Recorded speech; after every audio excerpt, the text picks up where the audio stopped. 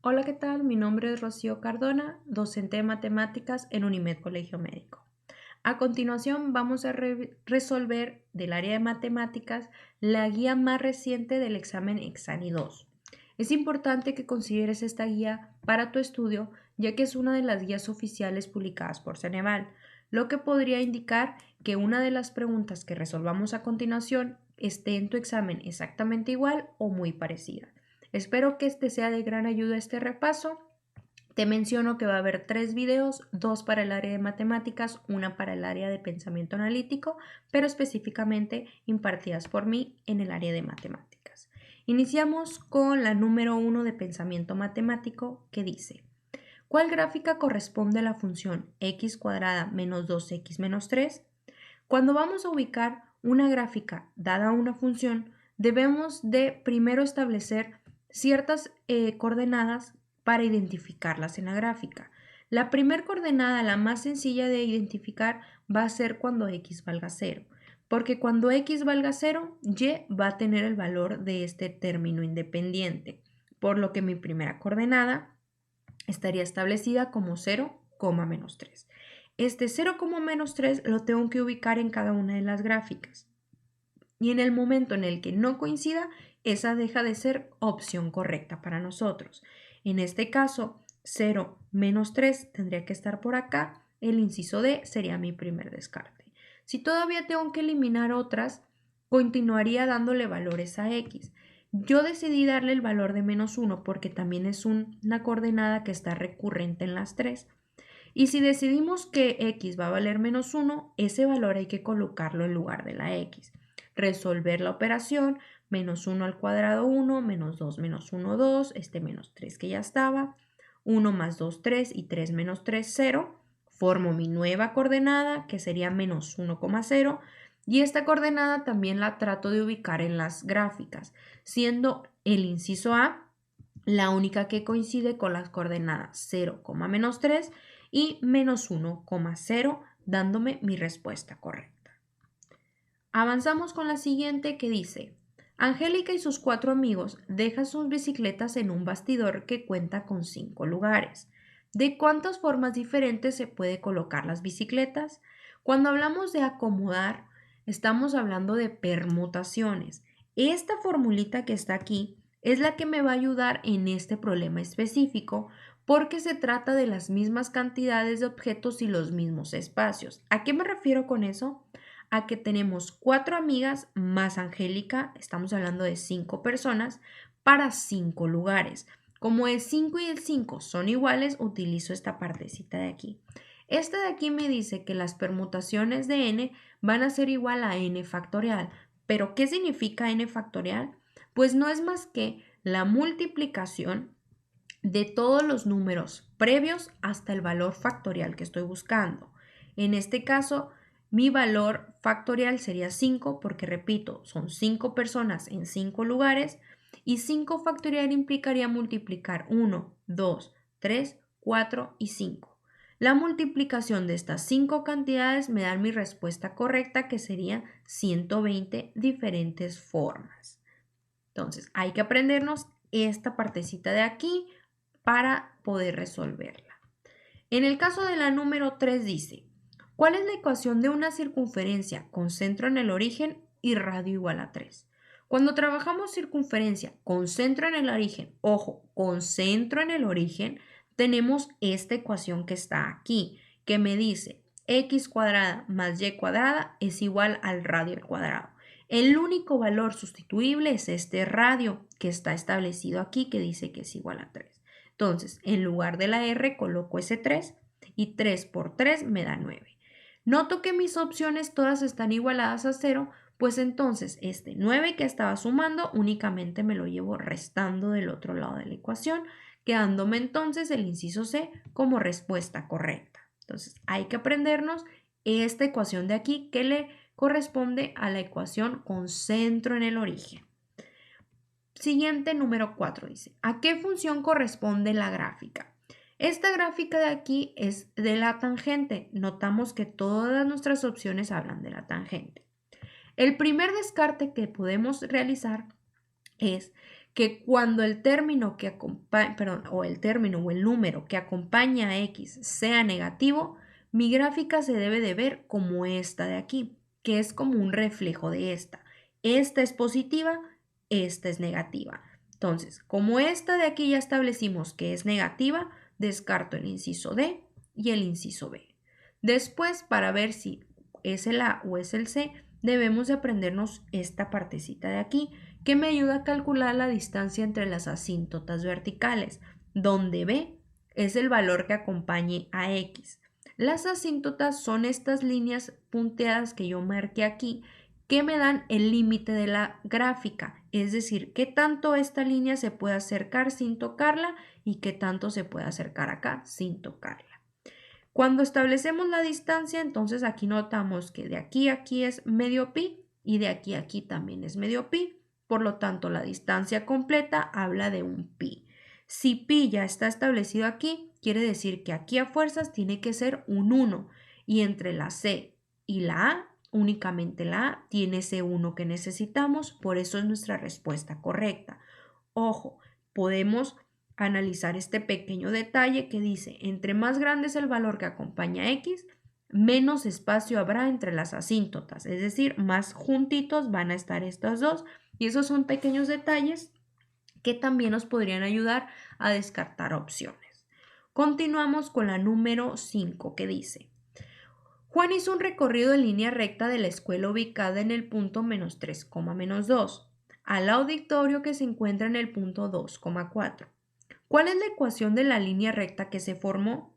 Bien, en este caso, como voy a establecer una ecuación de la recta, debo de saber identificar qué ecuación de la recta puedo utilizar. Me vienen dos coordenadas. Con estas dos coordenadas puedo utilizar la ecuación punto pendiente, porque la punto pendiente necesita una coordenada y el valor de la pendiente. Si bien en este caso la pendiente no viene explícitamente, nosotros ya sabemos que existe una fórmula, que es esta de aquí, que nos ayuda a calcular el valor de esa pendiente, donde hay que sustituir únicamente nuestros datos. El valor de Y2, que sería 4, menos el valor de Y1, que sería -2. Menos por menos me hacen este más de aquí. 4 más 2, 6. El valor de X1, perdón, 2, que es 2, menos el valor de X1, que es -3, menos por menos me hacen este más de aquí, por lo que es 2 más 3, 5. 6 quintos quedan como resultado de nuestra pendiente. Ahora, de entre estas dos coordenadas, nosotros podemos elegir la que sea y vamos a llegar al mismo resultado. Yo decidí utilizar esta coordenada de aquí. Lo que resta a continuación es sustituir y menos el valor de y, que es 4, que es igual a la pendiente que multiplica a x menos el valor de x, que es 2. Como todas mis opciones están igualadas a 0, pues comienzo a despejar para igualar a 0. Este 5 que estaba dividiendo se va del otro lado a multiplicar. Multiplico 5 por y, 5 por -4, y de este lado multiplico 6 por x y 6 por -2. Como el x está positivo aquí, todo esto que está del lado izquierdo, pues me lo voy a llevar del lado derecho. El 5y que estaba sumando se va a ir restando. El -20 que estaba restando se va a ir sumando. Y una vez que está todo de este lado, simplifico términos semejantes. 6x queda igual, menos 5y queda igual, pero 20 menos 12 me da 8, siendo entonces el inciso C nuestra respuesta correcta. Entonces hay que aprendernos esta ecuación y esta formulita de la pendiente, no hay de otra. Para el número 6 dice, la expresión 64y cuadrada menos 36 puede factorizarse como 4 que multiplica a y más b que multiplica a y menos b, donde los valores de a y b son. Para este caso que quizá parezca un poco confuso, lo que debemos de hacer son dos factorizaciones. La primera es por factor común, donde este 4 va a ser el factor común, que lo voy a sacar de los paréntesis, dividiendo 64 entre 4 me da 16 y 36 entre 4 me da 9. Esto que está dentro de los paréntesis se llama diferencia de cuadrados. Es una diferencia de cuadrados porque son dos términos que tienen raíz cuadrada exacta restándose. Su factorización resulta en dos binomios con los mismos términos, pero uno sumando y otro restando. Únicamente hay que calcular la raíz cuadrada de este primer término y la raíz cuadrada de este segundo término. La raíz cuadrada de 16 es 4, la raíz cuadrada de y cuadrada es y y la raíz cuadrada de 9 es 3. Los valores que me interesan son únicamente el de a y el de b, que si notamos en esta partecita son este de aquí, que es 4, y este de aquí, que es 3, siendo entonces mi respuesta correcta el inciso C. Hay que en esta parte pues trabajar un poco lo que son las factorizaciones.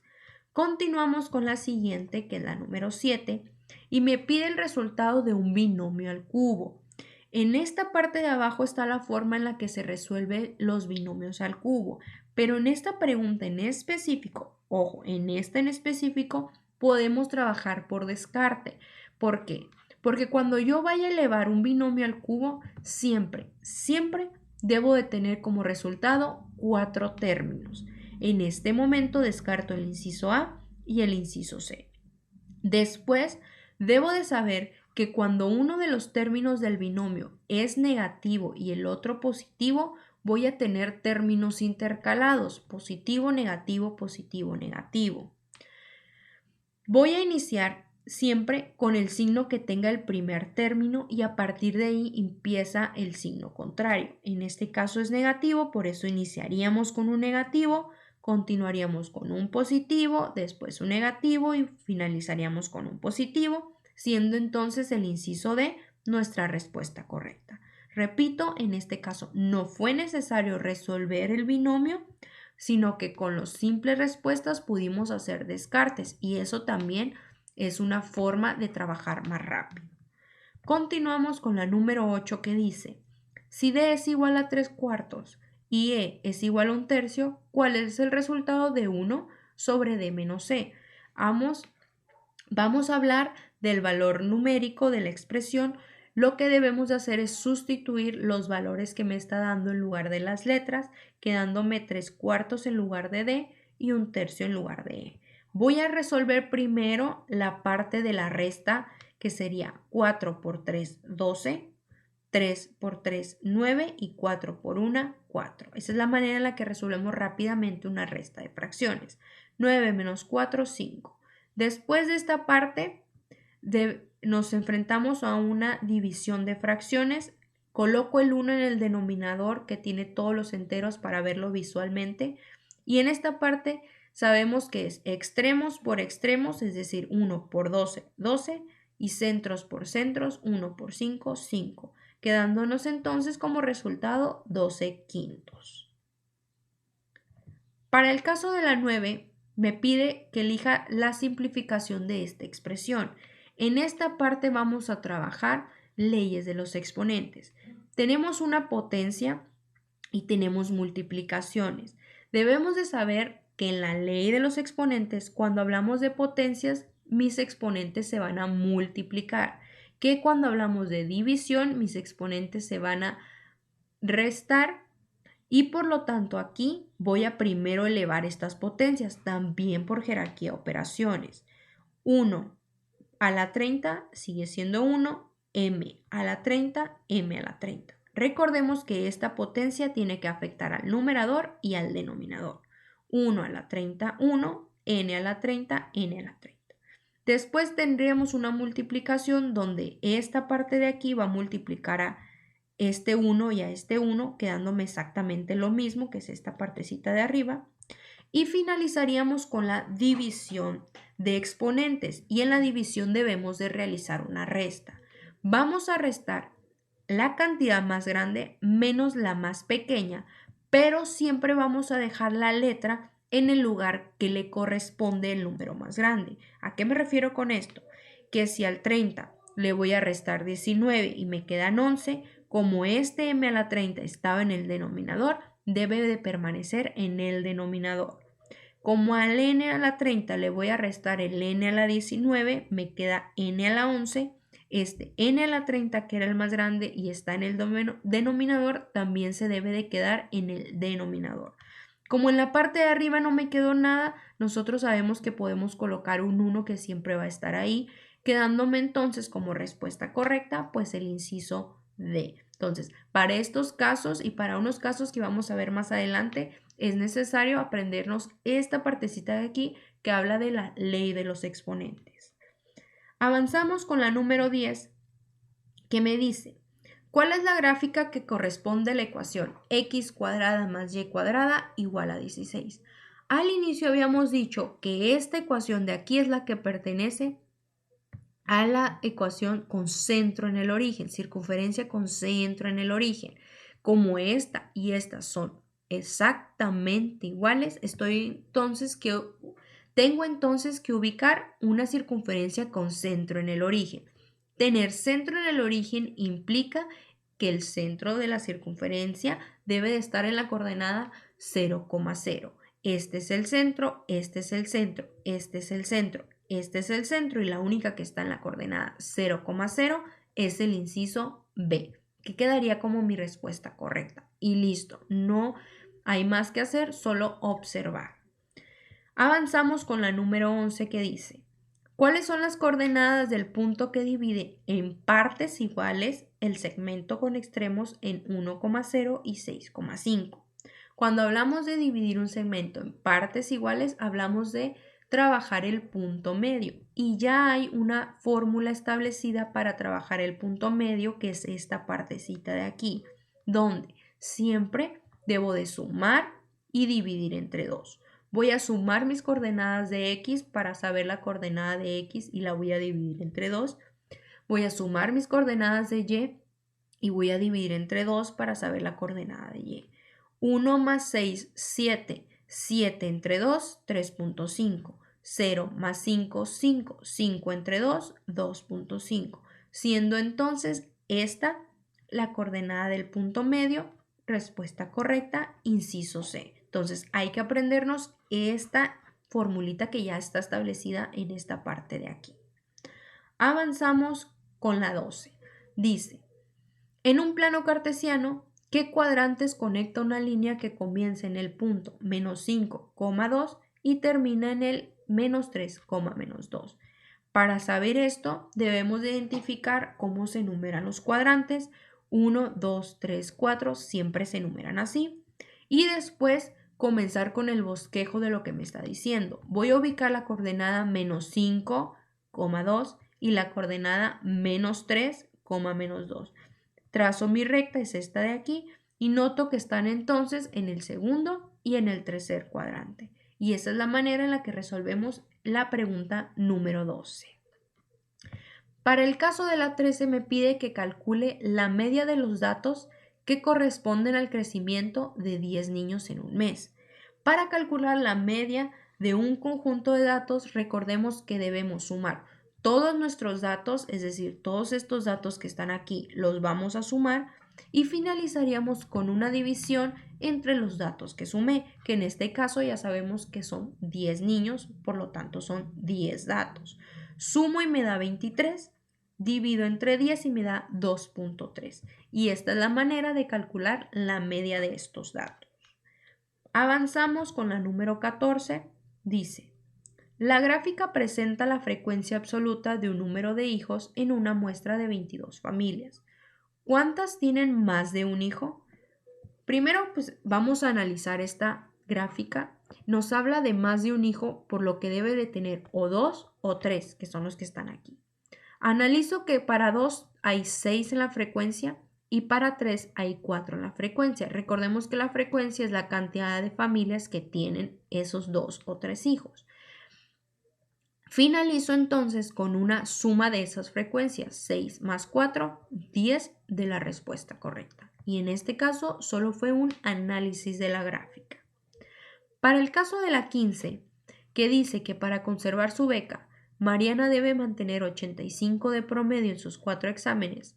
Si en los 3 primeros obtuvo 62, 88 y 96, ¿cuál calificación debe obtener en el cuarto examen? Y en el cuarto examen debemos de establecer que va a ser X porque no lo conocemos. Para calcular el promedio sumamos nuestras 4 cantidades y dividimos entre 4 y esto debe de ser igual al 85 que me pide. Establecemos nuestra ecuación y pues comenzamos a resolverla para obtener el valor de x. Este 4 que estaba dividiendo se va del otro lado multiplicando. Sumamos estas 3 cantidades que nos es posible sumar y nos da 246. Multiplicamos 85 por 4 que nos da 340 y este más 246 que estaba sumando pues me lo llevo restando. 340 menos 246 es igual a 94. Entonces la calificación que debe obtener Mariana en su cuarto examen es de 94, inciso D, respuesta correcta. Hemos llegado a esta primera parte o al final de esta primera parte. No olvides que va a haber 3 partes. Nos vemos en la segunda.